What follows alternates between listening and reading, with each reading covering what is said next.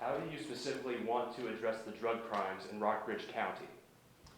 This time we begin with Mr. Allen. Thank you. It's a good question because it's a serious issue. It's asked in a broad way, but one of the things that I've certainly talked about in the campaign is the use of drug courts. This is a national trend. It's growing in states across the country, and it's growing here in Virginia. Drug courts have been in place for decades here in Virginia.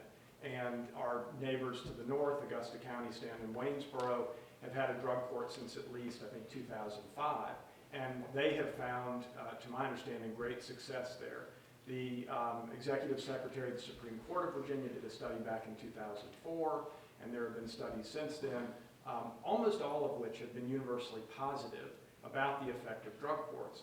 And I think, to me, what makes the most sense about this idea is that what you're fundamentally trying to do with the drug court is use the judicial system to break somebody of addiction and get them out of the cycle of coming back into the criminal justice system and being incarcerated.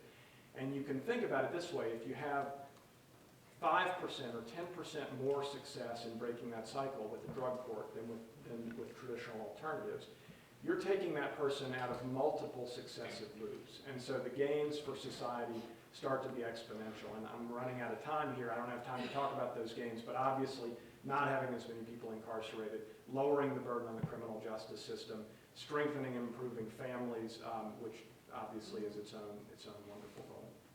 Mr. Villiers, any question?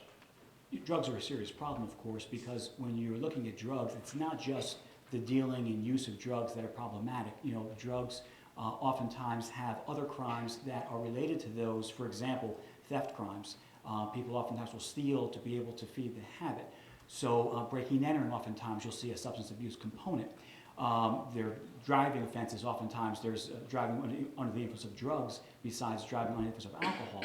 So drugs are really a pervasive issue, and in order to be able to thwart that, you do need a multifaceted approach. You need, first of all, effective enforcement. You need to have, and we do have a very effective drug task force here that takes dealers off the streets to try to reduce the flow of drugs to our area. You also have to have enforcement for those people who are habitual users. There is certainly programs available for people who have drug addiction in order to try to stop that problem, in order to be able to be effective so that you can reduce the addiction. But at the same time, we have to look at it from a community perspective, like we do in most crimes. Now, drug courts certainly have their merits. One of the things we have to concern ourselves, though, with is a cost-benefit analysis. In our area, is it the best thing for us? The locality has to pick up the cost of that, and before you approach the Board of Supervisors, and before I would ask for the tax dollars to support that, I want to make sure that it's the most efficient use of those dollars. We have enough people to be that would be in that system, because it doesn't serve a limited body of folks. Thank you.